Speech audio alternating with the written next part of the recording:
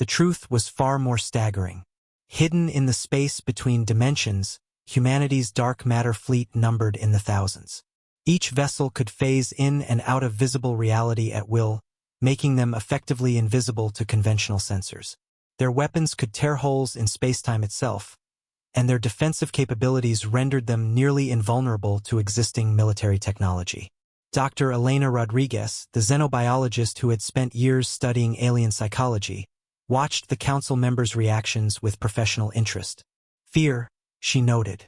The stars had witnessed countless civilizations rise and fall, but none had faced extinction quite like the Kythera.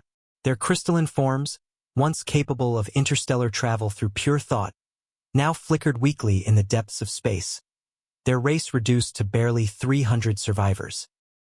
Commander Elena Rodriguez stood on the observation deck of the Starship Meridian, watching as the rescue pods docked with their vessel. Each pod contained refugees from a dying world, beings whose very existence challenged everything humanity thought they knew about life in the universe. The Kythera were living gemstones, their bodies composed of sentient mineral structures that pulsed with bioluminescent patterns, representing their emotions and thoughts. "They're beautiful," whispered Lieutenant Marcus Webb, his breath fogging the viewport as he pressed closer to observe the aliens being carefully transported through the airlocks.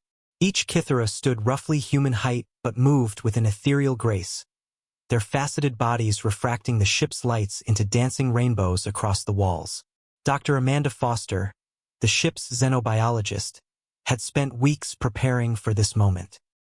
Through painstaking translation work with the Kythera's senior council member, a being called Velthera whose name meant "last light" in their crystalline language, she had learned their tragic history. The Kythera had once been a proud race of explorers, their consciousness capable of spanning galaxies in mere thoughts. But a cosmic plague, a dark matter infection that fed on crystalline structures, had swept through their territories, consuming their worlds and leaving only scattered survivors. Their homeworld cracked like glass.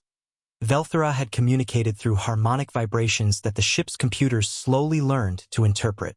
"We watched our children dim and shatter. Our elders turned to dust. We are the last song of a broken choir." The human crew had discovered the Kythera purely by accident. The Meridian had been conducting a routine survey of an asteroid field when sensors detected unusual energy signatures. What they found was a hidden sanctuary. Dozens of small craft containing the last of the Kythera, their life forces slowly fading as their technology failed. Captain James Mitchell had made the decision immediately. Humanity would offer protection to these refugees. The choice hadn't been without controversy. Earth's governing council had argued for weeks about the implications of harboring an alien species, especially one fleeing from something as mysterious as the dark matter plague. But Elena had seen something in Velthera's communication that transcended species barriers, the universal language of desperation and hope. When the Kythera elder had projected images of their lost civilization, their crystalline cities that sang with light and their children who had never learned to fear the darkness, Elena knew that humanity couldn't turn away. The integration process began slowly. The Kythera required specialized environments, chambers filled with specific mineral solutions and electromagnetic fields that allowed their crystalline bodies to heal and regenerate. Dr. Foster worked tirelessly with the alien refugees, learning that their intelligence was vast and their knowledge of cosmic phenomena far exceeded human understanding. In return, the Kythera offered something precious: their memories. Through careful neural interface, they began sharing technological insights that would advance human civilization by centuries. They revealed the locations of habitable worlds, taught principles of faster-than-light communication, and warned of cosmic dangers that humanity had never imagined.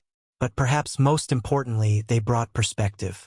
Watching beings of pure living crystal adapt to life aboard human vessels, learning to trust a species they had never encountered, reminded the crew that survival often depended not on strength or technology, but on compassion. As the Meridian set course for a new world, one where the Kythera could establish a colony under human protection, Velthera's form brightened with what Dr. Foster had learned to recognize as gratitude. The harmonic message that resonated through the ship's hull was simple but profound. In darkness, we found light. In strangers, we found family. The forgotten race would not be forgotten after all. They had found salvation in humanity's greatest strength, the willingness to protect those who could not protect themselves.